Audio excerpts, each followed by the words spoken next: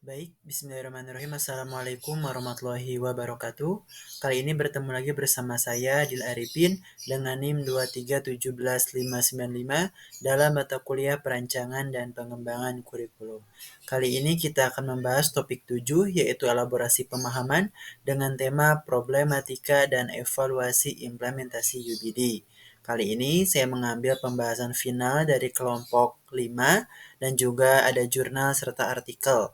Jurnal oleh Ninyoman Serma Adi, Dewa Nyoman Oka, dan Iketut Surata dengan judul Implementasi Pendekatan Teaching at the Right Level TRL, terintegrasi konsep understanding by design untuk meningkatkan motivasi belajar siswa SMA pada pembelajaran biologi, serta sebuah artikel dengan judul Problematika Penerapan Kerangka UBD di Lembaga Formal dengan kreator Triwahyuni. Adapun kesimpulan yaitu mengenai problematika penerapan UBD di lembaga formal yaitu sebagai siswa. Nah, dari kelompok 5 ini diketahui ada beberapa problematika dan penerapan dalam kerangka UBD di lembaga formal yaitu sebagai siswa. Yang pertama problematikanya adalah kurangnya keterlibatan atau motivasi dari siswa. Yang kedua, pemahaman yang mendalam.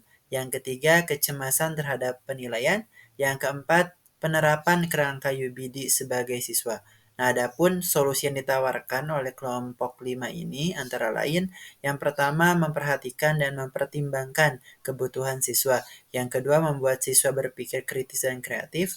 Yang ketiga memberikan dukungan dan pembinaan. Dan yang terakhir menciptakan pembelajaran UBD yang menarik. Selanjutnya di sini kita akan beralih kepada pembahasan jurnal, yang dimana jurnal ini membahas tentang sebuah pendekatan teaching at the right level, yang dimana terintegrasi terhadap konsep UBD. Di sini secara umum permasalahan yang muncul ini dalam diri siswa yaitu yang pertama, peserta didik merasa asing dengan pendekatan pembelajaran TARL yang diintegrasikan dengan konsep UBD.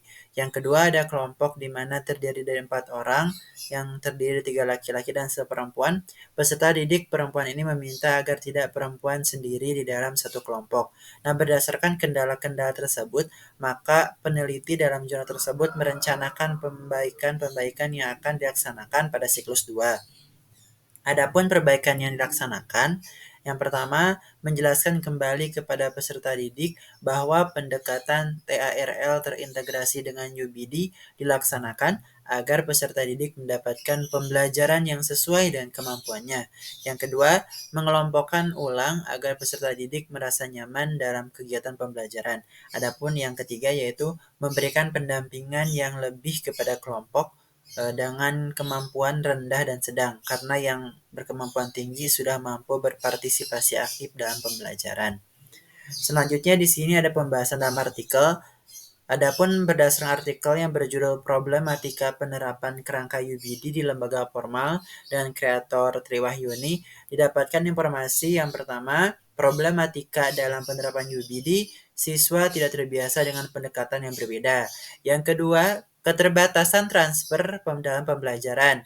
Yang ketiga, pemahaman konsep yang tidak memadai. Adapun yang keempat, keterbatasan waktu dan rentan munculnya miskonsepsi. Nah, adapun solusi yang ditawarkan antara lain, yang pertama, melakukan analisis kebutuhan peserta didik. Yang kedua, menganalisis dan menyepakati topik yang diajarkan. Yang ketiga, pemahaman konsep yang menyesuaikan. Dan yang terakhir, melakukan asesmen diagnostik terlebih dahulu atau asesmen awal untuk mendiagnosis kebutuhan peserta didik. Selanjutnya di sini ada pemahaman saya berdasarkan hasil akhir dari kelompok 5, jurnal dan artikel yang relevan. Pemahaman keseluruhan dari hasil kesimpulan pembahasan kelompok, analisis jurnal dan artikel yang disajikan, terlihat bahwa penerapan pendekatan pembelajaran seperti TARL terintegrasi dengan UBD memiliki tantangan tersendiri di lingkungan pembelajaran formal. Tantangan utamanya adalah memastikan bahwa siswa dapat terlibat aktif memahami konsep yang diajarkan dan merasa nyaman dengan metode pembelajaran yang baru. Solusi yang diajukan mencakup pemahaman yang lebih baik terhadap kebutuhan siswa, pengelolaan kelompok yang efektif, serta pendekatan yang disesuaikan dengan kemampuan siswa. Dengan mengimplementasikan solusi-solusi ini, diharapkan dapat meningkatkan motivasi dan pencapaian belajar, terutama tadi mungkin di dalam jurnal pembelajaran biologi dan konteks pembelajaran lainnya.